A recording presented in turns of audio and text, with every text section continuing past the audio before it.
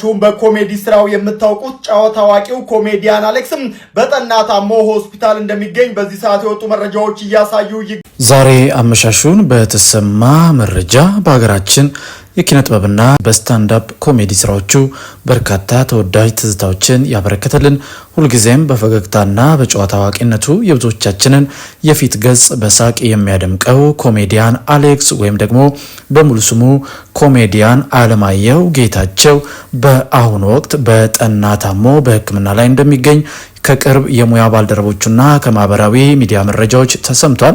የዜና በመላው የጥበብ አፍቃሪያንና እንደዚሁም ደግሞ በኮሜዲያን አለማየሁ ጌታቸው ወይም ኮሜዲያን አሌክስ አድናቂና ወዳጆች ዘንድ ከባድ ድንጋጤን የፈጠረ ክስተት ሆኗል። ለመሆኑ ኮሜዲያን አሌክስ ያጋጠመው ህመም ምንድነው?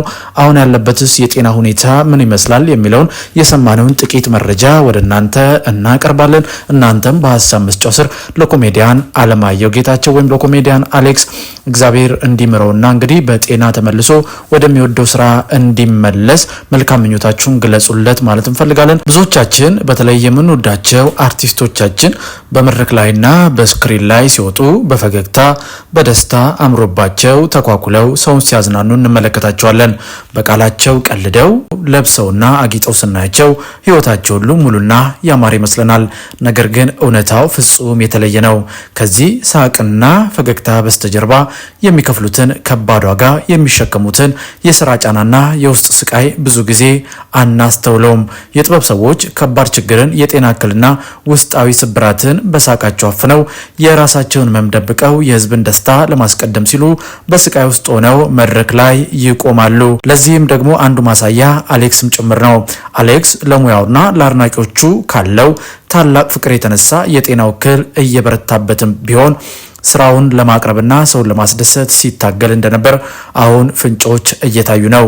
በህዝብ ዘንድ እጅግ ተወዳጅ ለነበረው ዋሻው እንዴ የተሰኘውን ፕሮግራም እንግዲህ ከመስራቾቹ አንዱና ዋና አቅራቢ የነበረው አሌክስ በቅርቡ ደግሞ በአርትስ ቲቪ ዘጠናዎቹ ትውስታዎችን የሚያነሳሳ ፕሮግራም በመምራት የብዙዎችን ቀልብ መግዛት የቻለ ታታሪ ጥበብ ሰው ነው። በቅርቡ ደግሞ ብዙዎቻችሁ እንደምታስታውሱት በኢቢኤስ ቴሌቪዥን ላይ ይቀርብ በነበረው የቤተሰብ ጨዋታ ፕሮግራም ላይ አዲስ መሪ ለመሆን እንግዲህ በእጩነት ቀርቦ በከፍተኛ ውድድርና የስራ ተነሳሽነት ላይ እንደነበረ ይታወሳል። ሆኖም ግን በዚያ በቅርብ ሳምንታት በተላለፈው የቤተሰብ ጨዋታ እንግዲህ የተለያዩ ሰዎች እየመጡ ዝግጅታቸውን የሚያቀርቡበት ፕሮግራም ላይ በእለቱ አለማየሁን እየተመለከቱ ወይም ኮሜዲያን አሌክስን የተመለከቱ ሰዎች በጣም ፊቱ አብጦና የተቀየረ አይነት አካላዊ ገጽታ በማየታቸው የጤና ሁኔታው መልካም እንዳልሆነና አንድ ችግር እንዳለ በሰዓቱ እንግዲህ በስጋት በዚህ በቤተሰብ ጨዋታ የሀሳብ መስጫ ስርም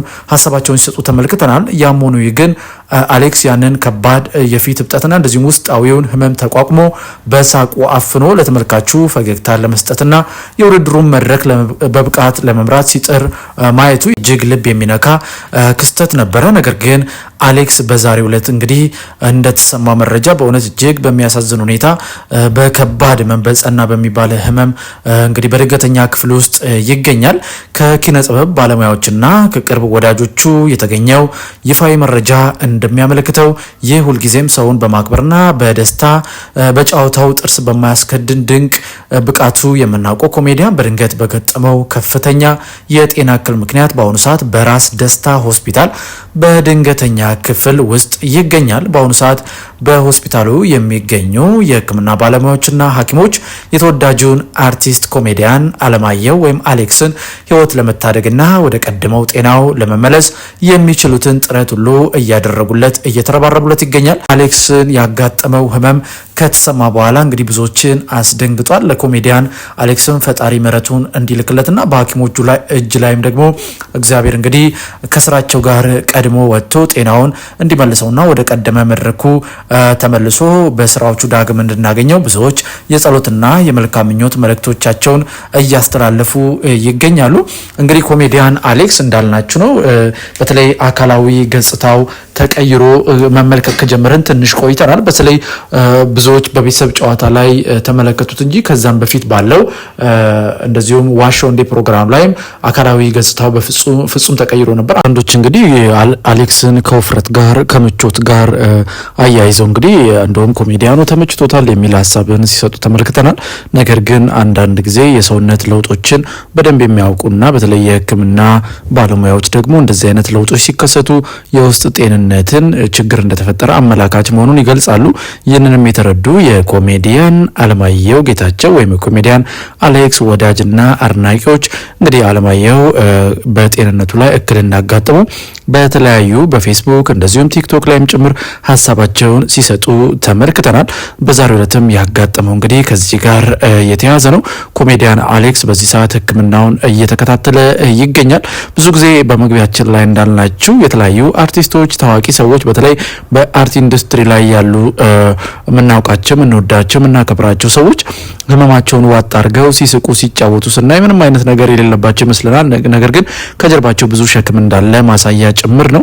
ለዚህም ደግሞ እንደ ምሳሌ ማሳያነት ከተፈለገም በቅርቡ በሞት ያጣነው ኮሜዲያንና አርቲስት ነጻነት ወርቅነህ ያንን ሁሉ ህመም ተቋቁሞ በፈገግታ እንግዲህ ፕሮግራምን ሲመራ ተመልክተነው ነበረ። እንደዛም ሆኖ ግን በከፍተኛ የጤና መታወክ ላይ እንደነበረ በሚያሳይ መልኩ እንግዲህ በሞት ተለይቶናል። እንደዚህ አይነት ክስተቶች እንግዲህ በአርት ኢንዱስትሪ ላይ በስፋት እንመለከታቸዋለን። ከህመማቸው ጋር እየታገሉ ነው። እንደዚሁም ኮሜዲያን ፍልፍሉም ጭምር ከህመሙ ጋር እየታገለ ነበረ። የኮሜዲ ስራውን እንደዚሁም የዋሾው እንዲ ፕሮግራም ላይ ሲመራ የተመለከት ነው። ከዛም በስትሮክ ህመም ተመቶ ሕክምና ተደርጎለት በብዙ ኢትዮጵያውያን ርብርብ ጤናው እንደተመለሰ እናስታውሳለን። እና እንደዚህ በአርት ኢንዱስትሪ ላይ ያሉ ሰዎች ወደ ራሳቸው መመልከት እንዳለባቸው፣ ጊዜ መውሰድ እንዳለባቸው የሚያሳይ ነው። ኮሜዲያን አሌክስም እንግዲህ አሁን ከገጠመው ህመም ሽሎት ደግሞ ወደሚወደው መድረክ፣ ወደ ኮሜዲ ስራዎቹ፣ ወደ ፕሮግራም መምራቱ እንደሚመለስ ተስፋ እናደርጋለን። እናንተ መልካም ምኞታችሁን እንገልጹለት በዚህ አጋጣሚ እንጠይቃለን። ውድ የሁሌ አዲስ ሚዲያ ቤተሰቦች በዛሬ ፕሮግራማችን ኮሜዲያን አሌክስ ወይም ኮሜዲያን አለማየሁ ጌታቸው ድንገተኛ ህመም አጋጥሞት በድንገት ሆስፒታል መግባቱን አስመልክቶ ብትሰሙት ብታውቁት ያለው መረጃ ለእናንተ አቀረብን። በፕሮግራማችን ላይ ያላችሁን ማንኛውንም ሀሳብና አስተያየት ልሰጡን ትችላላችሁ። እኛም ደግሞ እናንተ ብትሰሟቸው ብታውቋቸው ያልናቸው መረጃዎች በአዲስ አቀራረብ ነው ይዘት ወደ እናንተ ማቅረባችንን እንቀጥላለን። የምንለቃቸውን ቪዲዮዎች ላይክና ሼር፣ ቻናሉን ደግሞ ሰብስክራይብ ያደርጋችሁ ቤተሰብ እንድትሆኑ እየጠየቅን በእርግጥ በምንሰጣችሁ መረጃዎች አምናችሁና ፈቅዳችሁ ቪዲዮቻችንን ላይክ፣ ቻናሉን ደግሞ ሰብስክራይብ በማድረግ ከ35,000 በላይ ሰብስክራይበርስ እንድንደርስ ላገዛችሁን ምስጋናችን ላቅ ያለ ነው። በሚቀጥለው ብትሰሙት ብታውቁት ባልነው አዳዲስ መረጃ እስከምንገናኝ በያላችሁበት የዓለም ጥግ ሰላም፣ ፍቅር፣ ጤና ለሁላችሁም እየተመኘን በዚሁ ተሰናበትን። መልካም ጊዜ ይሆንላችሁ።